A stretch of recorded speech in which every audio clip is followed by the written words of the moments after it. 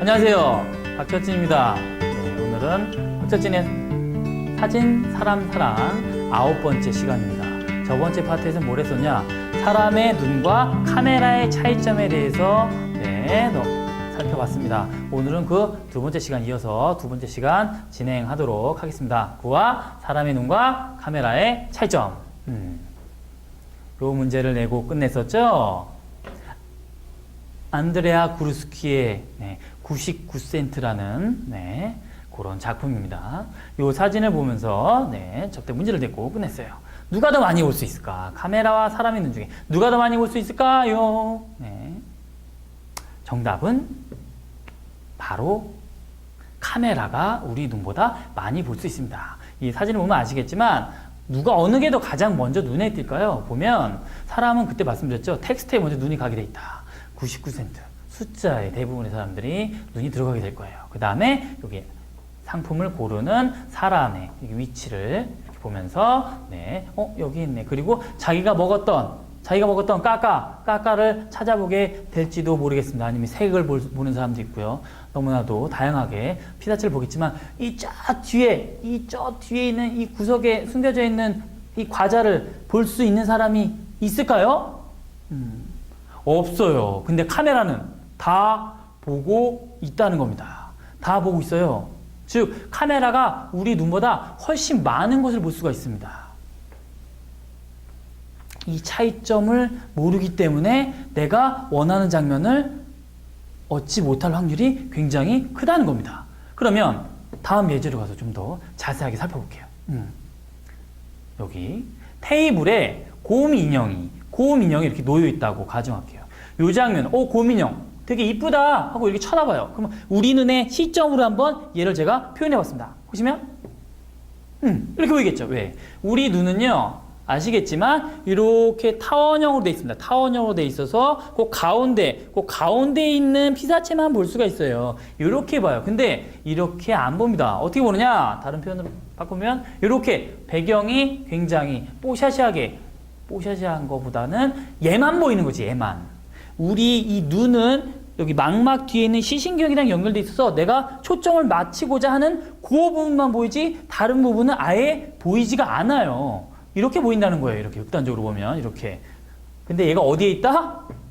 가운데 있어요. 가운데. 항상 가운데 있습니다. 항상 가운데 있어요. 이 장면을 내가 곰인형이 이쁘다 해서 사진을 똑같이 우리 눈으로 보는 장면하고 똑같이 한번 찰칵 찍었다고 가정하면 아까 첫 번째 사진처럼 이렇게 나올 거예요. 이렇게. 그럼 이 곰인형이 이뻐 보이나요? 방금 전에는 그렇게 보였는데 내가 그걸 그대로 그냥 찍었더니 이렇게 나왔어요. 곰인형만 보이는 게 아니라 카메라는 훨씬 많은 것을 볼 수 있다고 그랬죠. 이 뒤에 있는 소화기, 지저분한 거, 그리고 여기 가방, 의자들 굉장히 지저분한 거, 여기 뭐 반사판도 살짝 보이네요. 요 밑에 반사가 있어서 제가 까만 얼굴이 좀 밝게 보이는데. 아무튼 이렇게 별의별 게 다 보입니다. 우리 눈보다 카메라가 훨씬 많은 것을 볼 수 있기 때문에 우리가 원하는 대로 이 곰인형을 표현할 수가 없는 거예요. 그럼 요 차이점을 좀 더 제가 간결하게 한번 정리를 해봤습니다. 어떻게? 이렇게. 다른 점. 프레임이 다르다. 다시 강조해서 말씀드리면 우리 눈은요, 이렇게 그냥 약간 타원형으로 이렇게 되면서 내가 보이는 곳, 초점이 맞춰지는 곳이 곧 맨 가운데고 그 가운데에만 보이지 나머지는 보이지가 않아요. 저기 멀리서 다가오는 내가 아는 사람이 걸어오고 있어요. 그럼 다른 사람 아예 안 보이죠? 그 사람만 보인다는 거예요. 근데 그걸 사진을 찰컥 찍으면 어떻게 되죠? 다 나와요. 옆에 있는 사람, 막 콧구멍 후비고 가는 아저씨, 그 옆에서 아무튼 다른 인물들이 나와서 그 사람에 집중할 수가 없게 되는 겁니다. 이렇게 프레임이 달라요. 그럼 이거를 어떻게 해결을 해야 되느냐? 해결 방법 좀 써놨는데 사각형 프레임 안에 주제가 맞게 표현되도록 주변을 정리해야 된다. 아까 말씀드렸죠. 저번 파트인가 저저번 파트에 그렇죠? 사진은 마이너스 예술이다. 마이너스 예술. 주변에 있는 지저분한 것들을 빼는 작업에서, 정리하는 그런 작업에서 내가 원하는 사진을 얻을 수 있다는 말씀을 여기서 다시 한번 강조해서 드린 겁니다. 사각형 이 프레임 안에서 내가 원하는 제일 중요한 것, 주제, 어떻게 표현할 것인가, 이 곰인형을 어떻게 하면 그렇죠? 좀 이렇게 밝은 분위기가 나게 이쁘게 표현할 것인가 이런 주제 안에서 나머지를 정리하는 사진의 구도적인 측면으로 정리하는 습관을 가져야 됩니다. 두 번째 차이점 초점이 다르다. 우리 눈은요 초점이 맞는 곳이 어디다? 그냥 가운데예요. 가운데 그냥 가운데 뿅 가운데만 맞아요.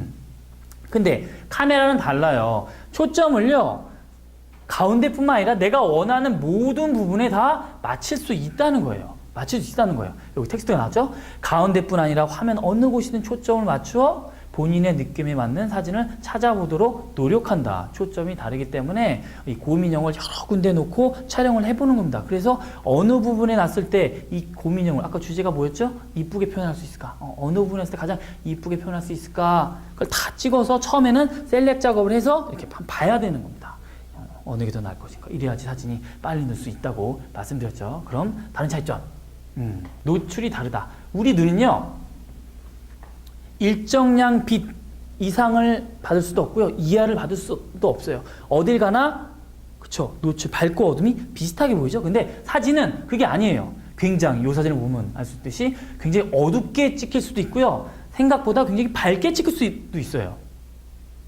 빛을 다루는 스펙트럼이 우리 눈보다 훨씬 다양해서 우리 눈보다 그쵸 희한한 장면들을 많이 촬영할 수 있다는 거죠. 즉 베이비 사진이나 그 웨딩 사진 같은 경우는 실제적으로 있는 빛보다 훨씬 많이 들어와서 좀 밝게 촬영하는 게 더 좋아 보일 수 있고요.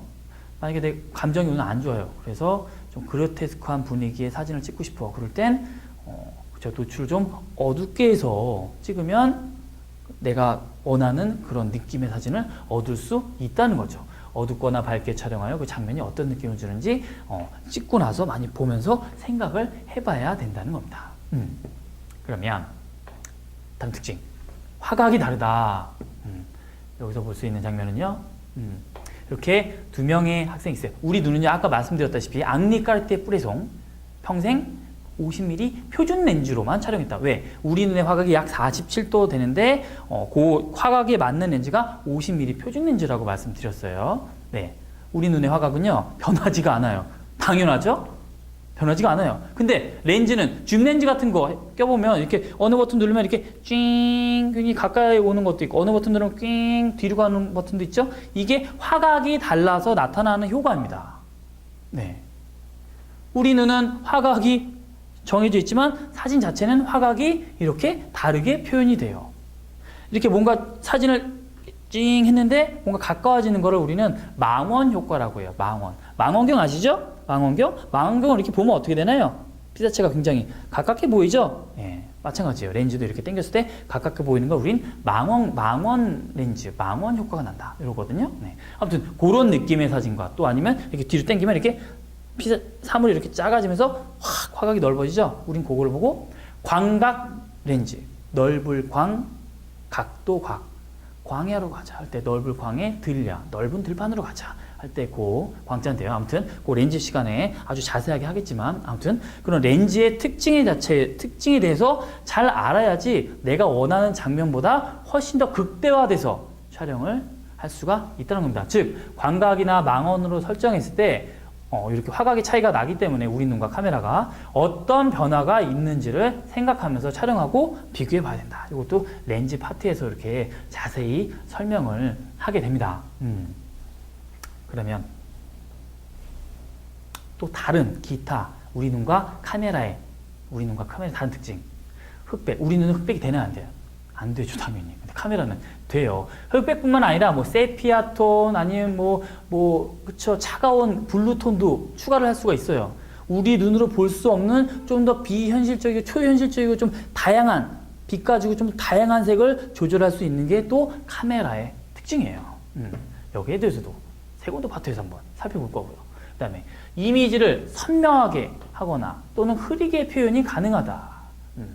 이건 뭐냐? 나중에 하겠지만 이렇게 풍경사진 어느 풍경사진 같은 거 보면 앞부터 뒤까지 굉장히 선명하게 쫙 맞는 사진들 보신 적 있으시죠? 우리는 그게 되나요?